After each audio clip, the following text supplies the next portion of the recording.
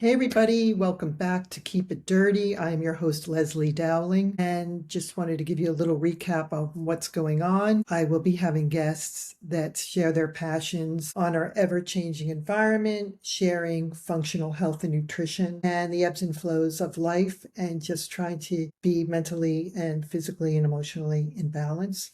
So it is still summertime. It is a beautiful day here in Cape May, New Jersey. So I'm not in my studio right now back in Pennsylvania, but I'm in New Jersey. And I just thought I'd just share with you. I love to hold on to some really good reads on health, wellness, eating healthy, and a couple of things that I wanted to go over. National Geographic has it's called Nature's Best Remedies, and this book came out several years ago.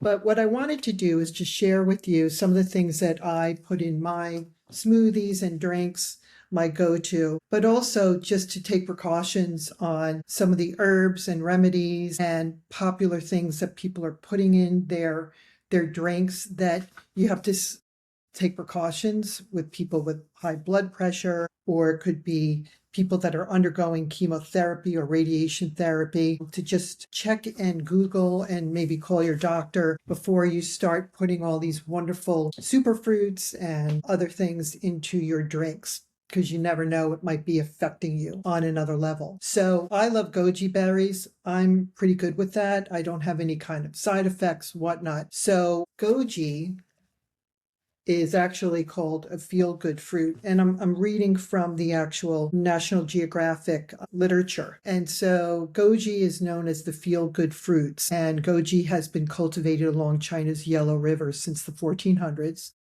This is as per National Geographic, the literature that I'm sharing with you. It also is considered both a fruit and an herb. That's interesting. I didn't know that. And in 2004, China exported $120 million worth of goji berries and products. Wow. And goji berries are also called wolf berries. Okay, so certain things I wasn't really familiar with.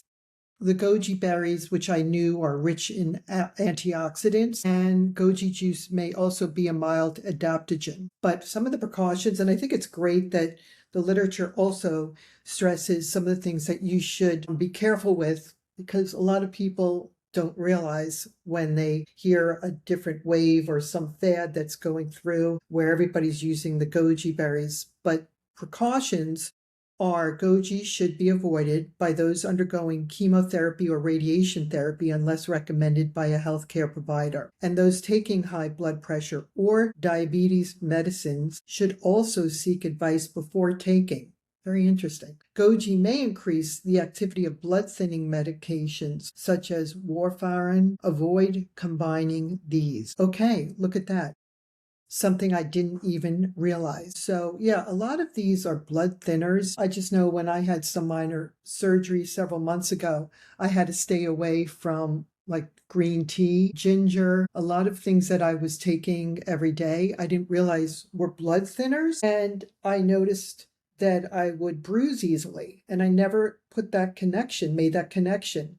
So when you go into the health food stores and you buy certain things, either check the labels. Also, I would also always check the labels and see what actually is in it, but also do your research and make sure that if you need to stay away from blood thinners, to do so. Let's see what else. And so, yeah, I was getting into the routine of juicing all the time and sometimes backing off, and incorporating other varieties into your diet is also important, because I know I'm a creature of habit and I will continue to eat the same things or make spinach and kale drinks, and my iron was pretty high. So these are just certain things just to switch things out, rotate things. And let's see, what else is really interesting. So yeah, if you ever have any questions, I would not only Google, but check your doctors, see what they think about certain things on your health. Or if you're on certain medicine, make sure before you go into this health kick that you know or you're aware of what the herbs, the positive effects, and precautionary measures that you should take. The other thing that I found in my library was the reflexology workout. It's hand and foot massage for super health and rejuvenation. And this book was illustrations by Stephanie Rick, and also this is from Elson Haas, Dr. Elson Haas. And this is from years ago. So, but it's a great book. It just gives you such really great information. So I'm going to read a little excerpt on this. So it's not clear why or how reflexology works. It simply does. A relationship between areas on the hands and feet and the body, organs, limbs, and nerves has been recognized for, thousands of years by many civilizations. At the beginning of this century, Dr. William Fitzgerald, an American physician, studied these relationships. Through experimentation, he found that there were specific interactions between areas on the hands and feet and the organs of the body, and that by pressing these areas, he could directly affect the organs. After further study, he realized that these interactions follow a simple pattern.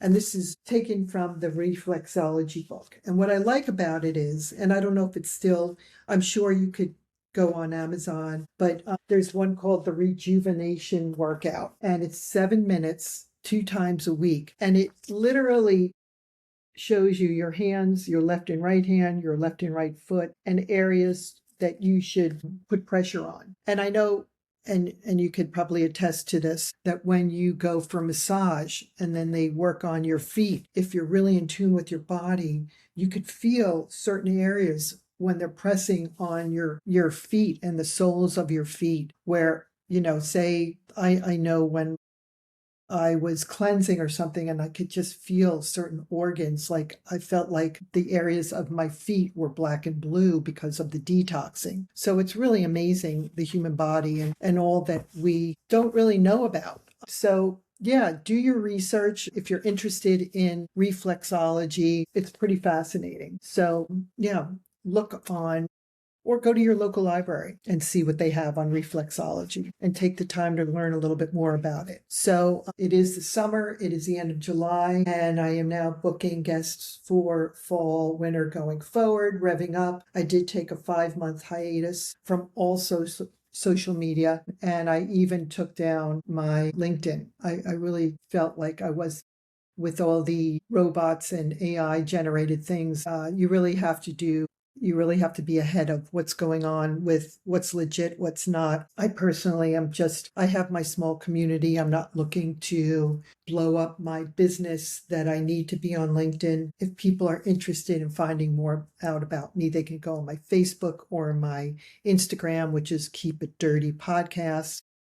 But I am looking forward for my supporters and my listeners and viewers to just be in the loop, see some of the people that I will be having on my podcast. And I'm looking forward to getting back into podcasting. I will be today going to the beach, taking some time to get some good vitamin D. And I know a lot of people, they're very weary.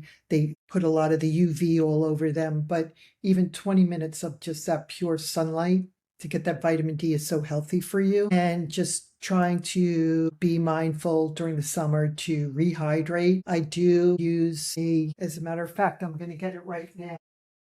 I put in something called Ultima. And obviously, I'm not trying to promote it, but I'm just trying to tell you what I use. So I go to the health food store and it's ULTIMA Replenisher, and it has 6 essential electrolytes. And it's just a couple of ingredients in here. So there's not a lot of junk in it. And it doesn't have that salty taste. Some of the electrolytes and the replenishers that you put in your drinks really have a real salty taste to it, which I don't like personally. So yeah, get out there, rehydrate.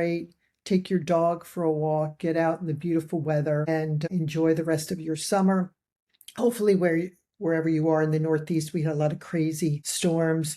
Just try to be safe and just get together with family, friends, and call somebody that you haven't spoken to in a while. So with that, sending love.